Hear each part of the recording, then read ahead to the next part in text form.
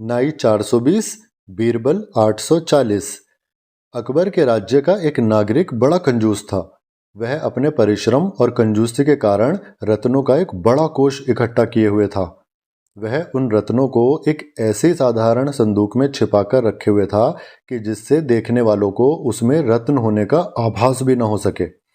उसका घर भी साधारण गृहस्थों के समान कच्चा और टूटा फूटा हुआ था।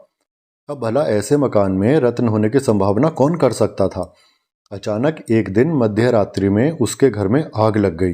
कंजूस उस आग को बुझाने की कोई तरकीब न देखकर कुछ साधारण वस्त्रों को लेकर घर से बाहर निकल आया। ये वस्त्र उसके रोजमर्रा के काम आने वाले थे। घर जलने की चिंता में बेचारा कंजूस छाती पीट पीट कर रुदन करने लगा। उसके रोने का शब्द सुनकर और आग की लपट देखकर उसके अड़ोस पड़ोस के बहुतेरे आदमी इकट्ठे हो गए। उन आदमियों में अकबर का एक दरबारी नाई भी था। नाई ने कंजूस को फटकारते हुए कहा, इस साधारण से झोपड़े के लिए तूने इतना रोना पीटना क्यों लगा रखा है रे? हैं? इसमें तेरा कौन सा इतना बड़ा नुकसान हो जाएगा? कंजूस बोला, भाई तुझे झोपड़ा जलता दिख रहा है और मैं अपने रत्नों को जलते देख रहा हूँ। फिर तू ही बता, मैं रोऊं ना तो क्या करूं? नाई ने कहा, कहाँ है वो धन और किस चीज में रखा हुआ है? तब कंजूस उंगली से बगल की एक कोठरी दिखलाते हुए बोला, उसी कोठरी में एक काठ की पुरानी संदूक रखी हुई है जिसमें 7 लाख के जवाहरात बंद हैं। नाई बहुत धूर्त और कपटी किस्म का था। नाई ने कहा, यदि मैं उन जवाहरातों को बाहर निकलवा लूं तो मुझे अपनी मनमानी तुझे दे दूंगा और बाकी मैं रख लूंगा, बता मंजूर है? सर्वस्व जाता देखकर कंजूस ने उसकी बात मान ली। नाई ने अपने 2 आदमी जो अग्नि से बचने की तरकीब जानते थे मकान में भेज दिए। वे उस जलती हुई आग में बैठकर कोठारी में पहुंचकर उस संदूक को बाहर ले आए। नाई संदूक को अपने बगल में रखकर अग्निकांड देखने लगा। थोड़ी देर बाद जब अग्नि का वेग घट गया और लोगों के हृदय में शांति आई तो पिटारे का मामला उपस्थित हुआ। जिस वक्त नाई और कंजूस में ऐसी शर्तें तय पाई गई थी उस समय नाई ने एक और चालाकी की थी। उस जगह के 4 लोगों को अपना गवाह बना लिया था। गवाहों के सामने वह पिटारी खोली गई।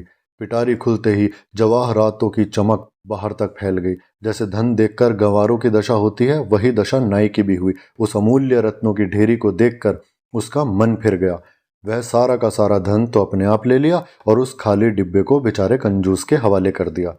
कंजूस नाई की कपट नीति देखकर चकरा गया और गिड़गिड़ाकर उससे कहने लगा, भाई आधा धन तो मुझे दे दो और बाकी आधा आप ले लो, इसी में मेरी राजी है। नाई कंजूस पर हावी होकर बोला, तेरे मेरे बीच ऐसी शर्त पक्की हुई थी कि मैं तुझे अपनी मनमानी दूंगा, अपना मनचाहा दूंगा, अब चीचपड़ क्यों करता है?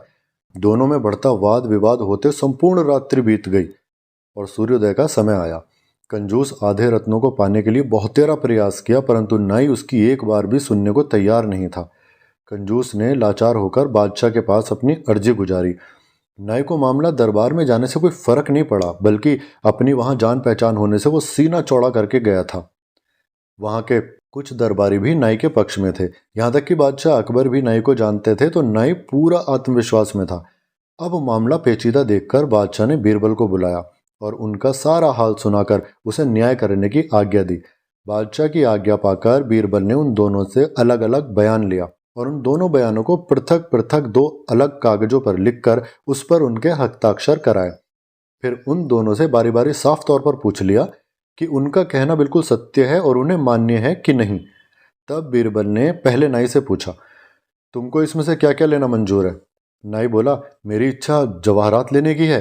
बीरबल ने तुरंत निर्णय कर दिया, तो तुम ये जवाहरात इस कंजूस को दे दो और स्वयं खाली पिटारी ले लो। यह निर्णय सुनकर नाई ने शर्तनामे की तरफ इशारा किया। बीरबल ने कहा, तू पहले ही अपनी शर्तों में लिख चुका है, मैं अपनी मनमानी दूंगा। तो तेरे मन में जवाहरात लेने का है, जवाहरात तेरे मनमाने हैं, इसलिए तेरी ही जबान से निर्णय हुआ है।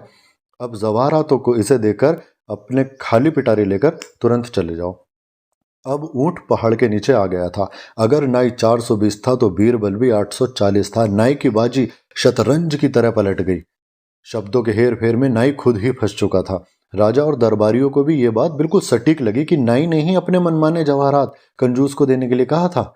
नाई के हितैषी दरबारी चाहकर भी कुछ नहीं बोल सकते थे क्योंकि बीरबल की बात में दम था।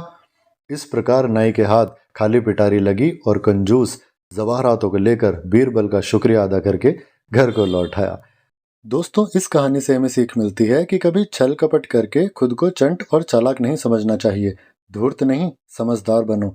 420 नहीं, 840 बनो। कहानी पसंद आई है तो प्लीज़ चैनल को सब्सक्राइब कीजिएगा। धन्यवाद।